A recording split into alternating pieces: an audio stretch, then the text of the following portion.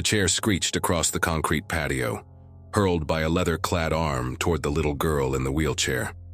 Time seemed to slow as cafe patrons watched in horror, their morning coffees forgotten in their hands.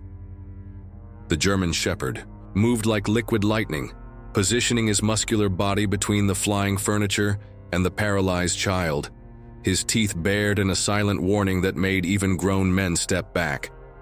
The biker Derek stood with his feet planted wide, a smirk playing at the corner of his mouth that didn't quite reach his eyes that held something darker, something broken. "What's the matter?" he taunted, his voice carrying across the suddenly silent patio. "It's just a joke." But as the massive dog's growl rumbled like distant thunder, no one was laughing. And no one, least of all Derek, realized that in that moment, 3 lives connected by tragedy were about to collide in ways that would change them forever. The service vest on the dog's back told a story Derek couldn't yet read, and the little girl's clear blue eyes held no fear, only a puzzling recognition, but as if she'd been waiting for him all along. Be sure to leave a like and share your thoughts in the comments along with the city you're watching from now. Let's continue with the story. Sophie Anderson had once been a whirlwind of energy, the kind of child who'd never walk when she could run, never speak when she could sing. That was before the rainy Tuesday evening when a drunk driver swerved across the center line on Highway 16, taking her parents' lives and her ability to walk in one catastrophic moment. At 6 years old, Sophie now navigated the world from a pediatric wheelchair, her small hands already calloused from pushing the wheels, her golden hair often twisted into practical braids by her Aunt Martha. But what Sophie had lost in mobility, she gained in perspective. The nurses at Glendale Memorial often whispered that she had old eyes too knowing, too accepting for a child who'd suffered such profound loss. Still, flashes of childish joy would break through when Thor, her German Shepherd service dog, was nearby. He'd been her father's last gift to her, arranged before his death through connections at the K9 unit, where James Anderson had served as a police officer. Thor's background made him uniquely qualified for his role in Sophie's life.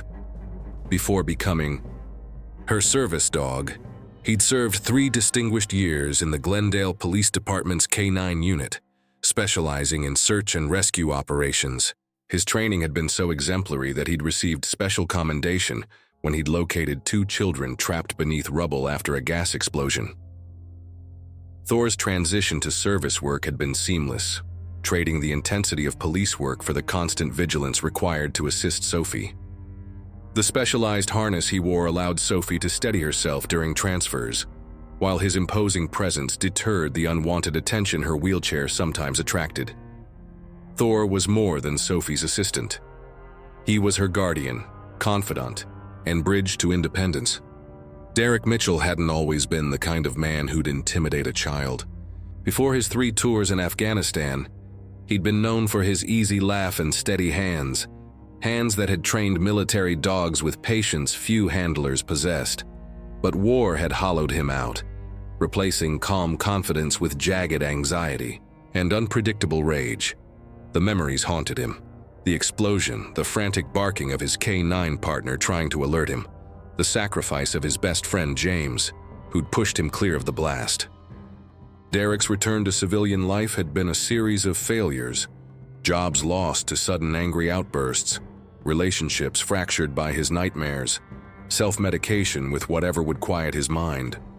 The leather jacket and motorcycle had become his armor against a world that no longer made sense, the rumble of the engine drowning out the persistent ringing in his ears. The morning had dawned picture-perfect over Glendale, with the kind of clear blue sky that seemed to promise nothing but good things. At Rosewood Cafe, the outdoor patio had filled early with the usual mix of professionals grabbing coffee before work, retirees lingering over breakfast, and locals who treated the cafe as their second office. The corner table, slightly removed from the busiest section, had become something of an unofficial reservation for Sophie and her Aunt Martha. The staff had grown accustomed to the little girl's wheelchair needing extra space, and the manager, Elaine, though always made sure the odd table was available for their Tuesday morning visits. Sophie sat with her back straight in her wheelchair, her legs covered with a light blanket despite the warmth of the day, a concession to circulation issues that Martha insisted upon. Thor lay in a perfect downstay position beside her, his alert, eyes continuously scanning the patio with professional vigilance. On the table sat Sophie's chocolate milk, Martha's black coffee, and a shared plate of blueberry scones that Sophie methodically broke into bite-sized pieces.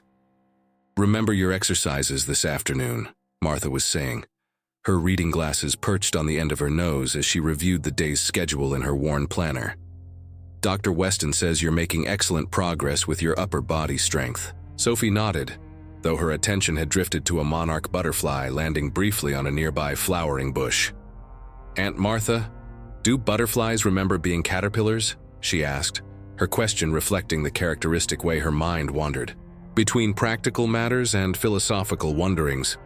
Martha smiled, accustomed to these sudden shifts. "That's a good question for your science teacher, sweetheart." She checked her watch and frowned slightly. "I need to stop by the pharmacy before." "Your appointment. Your new medication came in yesterday." Sophie's face fell slightly. The new medication was supposed to help with the pain that sometimes shot through her legs, phantom sensations from nerves that refused to accept they no longer commanded movement. "Can't we skip it today? I don't like how it makes my head fuzzy." "We'll talk to Dr. Weston about adjusting the dose," Martha promised, gathering her purse. "I'll be back in 15 minutes, 20 at most. Elaine knows I'm stepping out and Thor is right here." She hesitated, her caregiver's instinct warring with the knowledge that Sophie needed moments of independence. "You'll be okay." Sophie nodded solemnly. "Thor and I will be fine. We'll practice our waiting skills." She patted the dog's head and his tail thumped once against the concrete in acknowledgement. Martha leaned down to kiss Sophie's forehead, her hand automatically checking that the medical alert button was secure around Sophie's neck. "I'll be quick as lightning." As Martha's sensible shoes clicked away across the patio, Sophie turned her attention to her chocolate milk using both hands to steady the plastic cup as she'd been taught in occupational therapy. Thor remained vigilant beside her, his body relaxed, but ready. Several patrons nodded or smiled at Sophie. She had become something of a fixture at the cafe, her quiet dignity and occasional bright laughter a reminder of resilience that many found inspiring. The peaceful morning rhythm continued. For another 10 minutes, Sophie had just opened her favorite book, a dog-eared copy of Charlotte's Web that had belonged to her mother, when the distinctive rumble of motorcycle engines disrupted the pie. Cafe's ambient chatter. 3 bikes pulled up to the curb just beyond the patio's decorative iron fence, their engines cutting off in quick succession. The riders dismounted with the practiced ease of men who lived on their machines. The leader, taller than the others and broad through the shoulders, removed his helmet to reveal close-cropped hair with premature gray at the temples.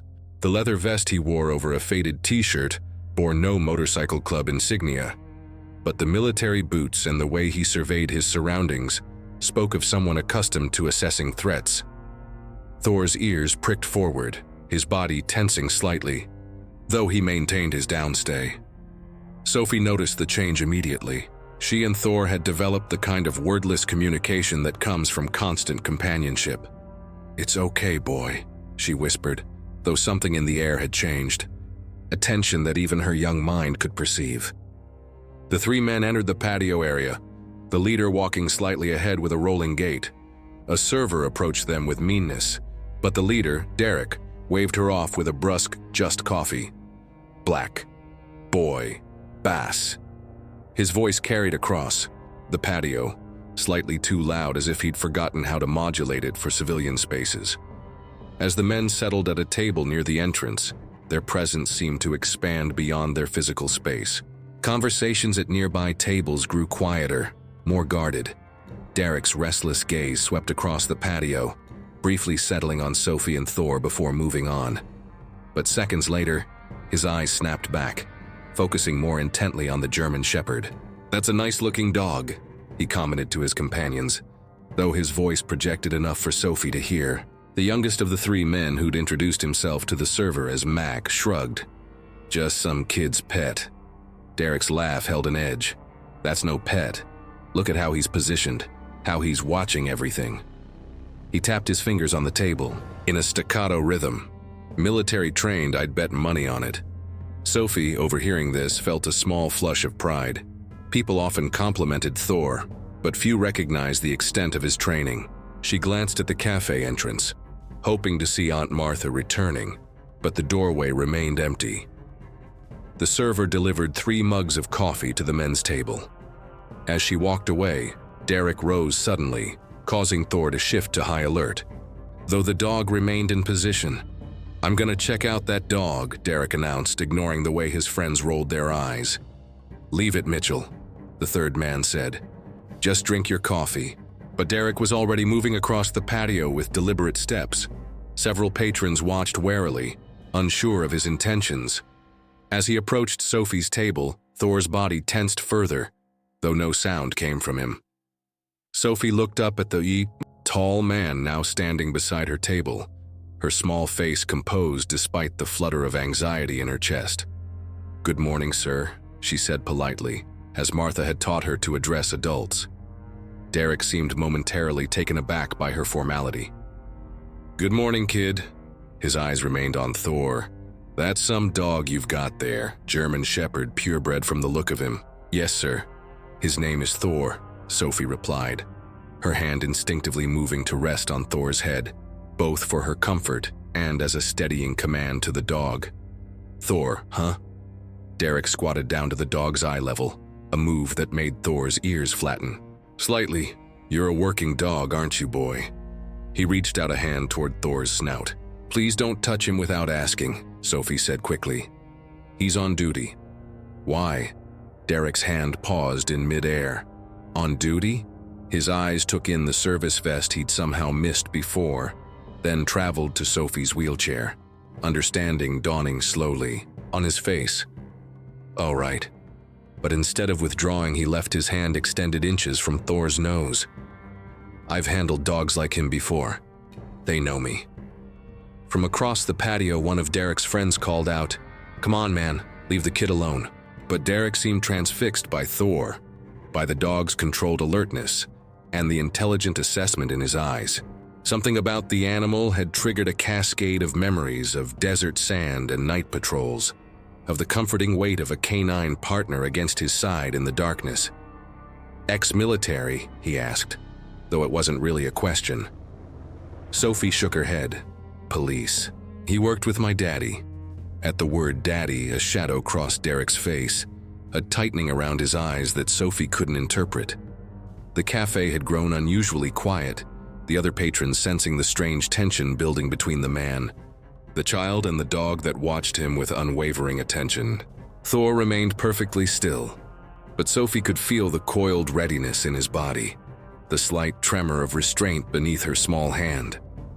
She glanced again toward the cafe entrance, hoping for Aunt Martha's return. The big clock on the cafe wall showed that 12 minutes had passed, not long in adult time, but an eternity, in the stretch moment of uncomfortable encounter. "Your daddy a cop, then?" Derek asked, his voice rougher. "He was," Sophie said simply, the past tense heavy with meaning. Something flickered in Derek's eyes, recognition perhaps, or the ghost of memory. He straightened up, suddenly looming over the table. "Good dog you've got," he repeated, though the words seemed automatic now. He took a step back, then another, before turning abruptly to rejoin his friends. As he walked away, Sophie released a breath she hadn't realized she was holding. Thor remained, vigilant, his eyes tracking Derek's movement across the patio. The normal murmur of cafe conversation slowly resumed, though several patrons continued to cast concerned glances toward Sophie's table. But the encounter wasn't over. As Derek settled back with his friends, their conversation grew animated, punctuated by occasional laughter that seemed too loud, too forced. Sophie tried to return to her book, but found herself reading the same sentence repeatedly, her attention divided between the page and the uncomfortable awareness of being watched. Thor knew it too. His body remained tense, his attention fixed on the 3 men whose presence had disrupted the peaceful morning routine. And somehow, Sophie sensed with a child's intuition that the seemingly casual encounter had been merely the opening move in a confrontation yet to fully unfold. Derek returned to his friends with a strange expression, something between intrigue and discomfort etched across his weathered features. He took a long swig of his coffee, grimacing at the bitter taste. "That dog's got police training," he muttered, loud enough for his companions to hear, but keeping his voice low enough to avoid carrying across the patio. Not just any service dog. Mac, the youngest of the three, with a patchy beard that failed to hide his youth, glanced over at Sophie's table. "So what? You gonna start a fan club?" His attempted humor fell flat as Derek's expression darkened. "I work with dogs like that," Derek said, his fingers drumming against the table in that persistent rhythm that always appeared when his thoughts turned toward his time in service. Belgium, Illinois, and Afghanistan, but same training principles. That dog's watching me like he knows something. The third man, Cal, a former Army mechanic who'd served alongside Derek in their second tour, shook his head. "It's just a dog, Mitchell, and you're making the kid uncomfortable. Let it go." But Derek couldn't let it go. Something about the German Shepherd had triggered a flood of memories that disciplined alert posture, the intelligent assessment in the animal's eyes. Those eyes had followed him across the patio, watchful, a way that reminded him too much of Axel to his canine partner, who'd saved his unit twice before the A, that no dog could have detected in time. Derek rose again, ignoring Cal's muttered curse. "I'm just gonna see what he does." He moved with deliberate steps back toward Sophie's table, aware that several patrons were watching him with undisguised concern. The weight of their gazes prickled along his skin, triggering the hypervigilance that never fully subsided. Thor's reaction was immediate, but controlled. The dog shifted position, rising into a perfect sit beside Sophie's wheelchair, his body now squarely between the approaching man and the child. No growl, no bark, just a precise, professional repositioning that spoke volumes about his training. "See that?" Derek said loudly enough that his friends could hear. "That's defensive positioning, perfect execution." He stopped about 5 feet from the table, respecting the invisible boundary that Thor had established. "Your dog ever been deployed overseas, kid?" Sophie shook her head, her small fingers now resting lightly on Thor's shoulder. "No, sir." Thor worked for the Glendale Police Department. In search and rescue, her voice remained steady, polite, though weariness had crept into her blue eyes.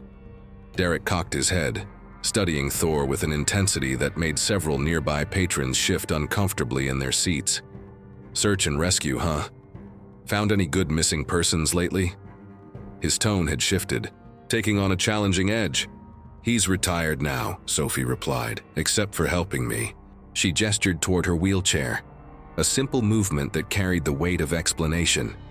Derek's eyes lingered on the wheelchair, then moved back to Thor. Let's see how good his training really is. Without warning, he clapped his hands sharply, the sound cracking across the patio like a gunshot. Coffee cups rattled as startled patrons jumped, a woman at the next table gasping audibly. But Thor didn't flinch, didn't bark. His ears flattened momentarily, his muscles tensed, but he remained in perfect position. His eyes locked on Derek with unwavering focus. "Derek, enough," Cal called from their table, half rising from his chair. "Leave the kid and her dog alone." But Derek had found a target for the restless energy that constantly churned inside him, the need to provoke a reaction, to test boundaries until they broke. "Good boy," he said to Thor, his voice holding a mocking edge. "Real steady. But what happens if I do this?" He took a sudden step towards Sophie. Thor's response was immediate, a low, rumbling growl that vibrated from deep in his chest, a warning as clear as spoken language. The dog didn't move from his position, didn't show teeth, but the message was unmistakable. "Stop it," Sophie said, her voice smaller now, but still composed. "You're scaring everyone."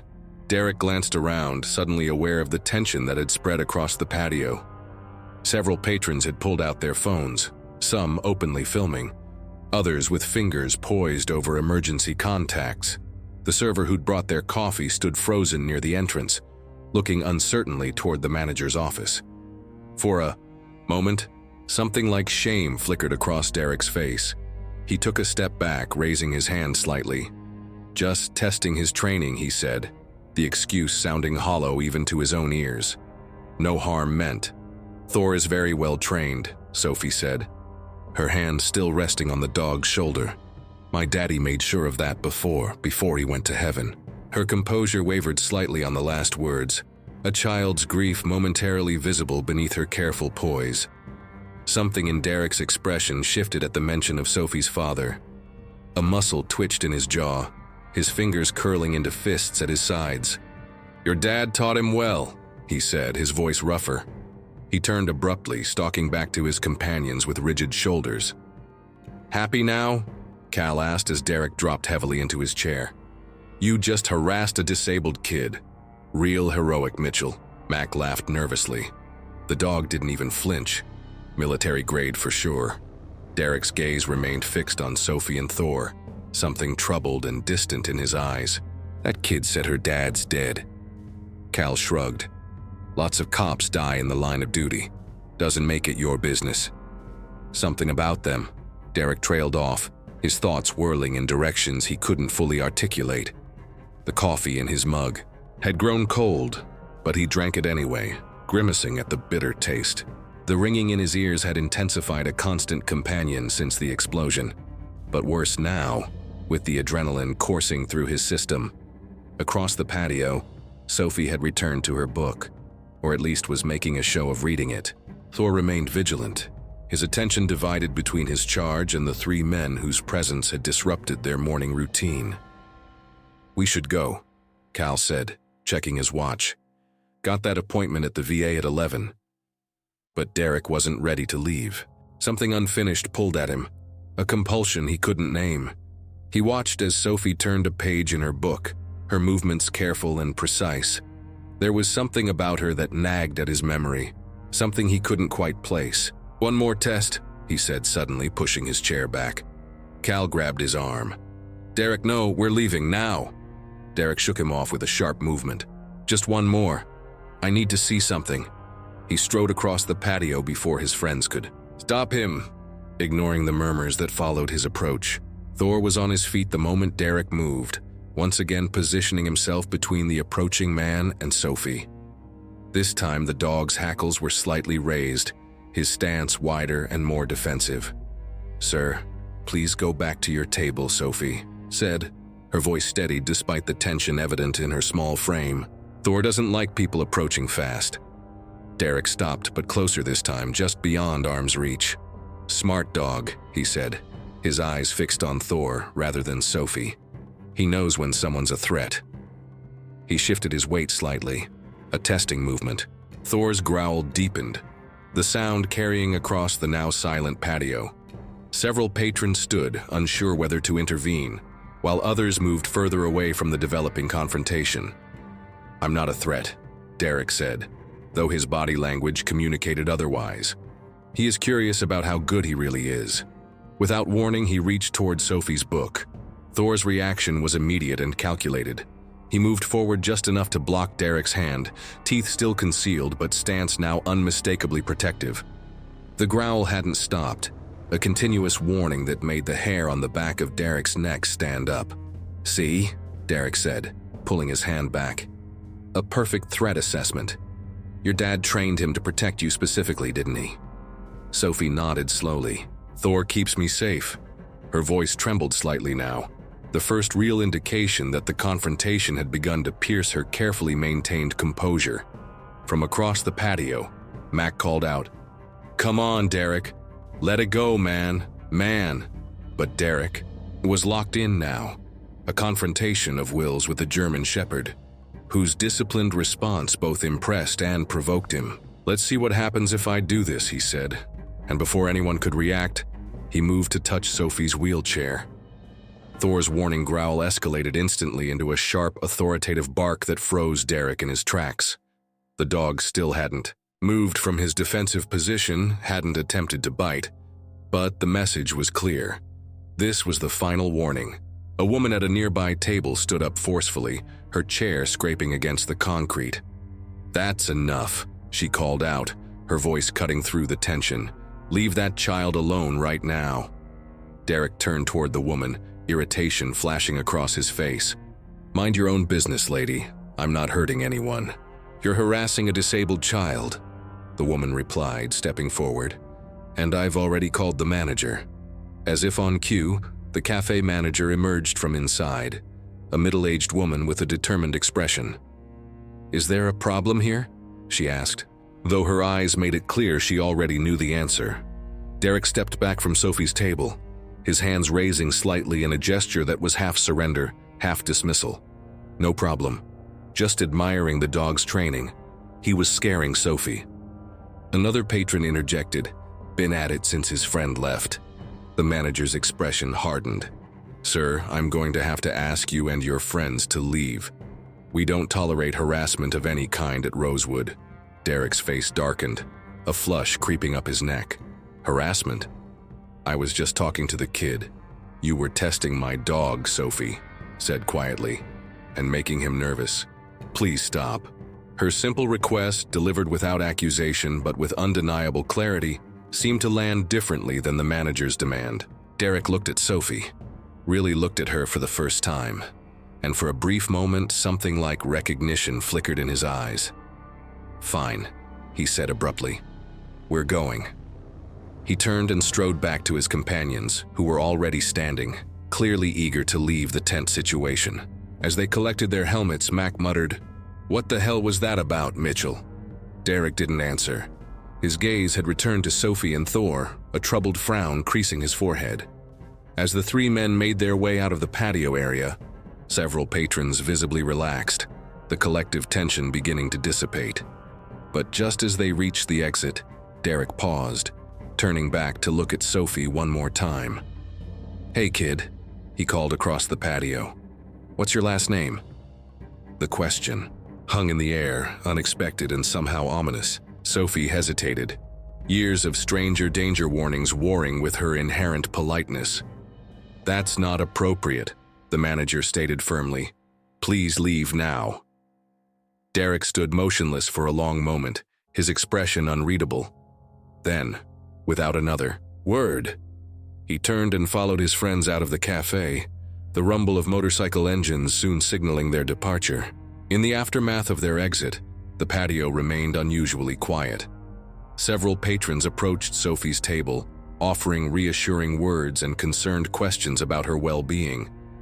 Thor gradually relaxed his defensive posture, though his attention remained focused on the cafe entrance, as if expecting Derek's return.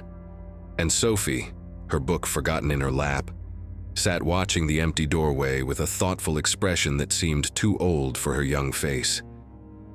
Something had shifted in the morning's peaceful routine, a confrontation that felt unfinished, a connection not yet fully revealed. As Thor settled back beside her wheelchair, his warm presence reassuring against her leg, Sophie couldn't shake the feeling that the strange man with the troubled eyes would return. The patio of Rosewood Cafe had barely settled back into its normal rhythm when the distinctive sound of Martha's sensible heels clicked across the concrete. She hurried towards Sophie's table, a small white pharmacy bag clutched in one hand. Her normally composed expression creased with concern. Several patrons watched her approach, exchanging meaningful glances. The Guardian had returned, but too late to prevent the unsettling confrontation. "I'm so sorry I took longer than expected," Martha said, slightly breathless as she placed the medication bag on the table. The pharmacist needed to review the dosage instructions, which she stopped mid-sentence, registering the unusual atmosphere in Thor's still alert posture. "What happened? Is everything all right?" Before Sophie could answer, the cafe manager approached, coffee pot in hand, but clearly using it as an excuse to check on the situation. "There was a bit of an incident," she explained in a low voice to Martha. "3 men on motorcycles came in, and one of them took an unusual interest in Sophie's dog. He became somewhat aggressive in testing the dog's responses. We asked them to..." Martha's face paled, her hand instinctively reaching for Sophie's shoulder.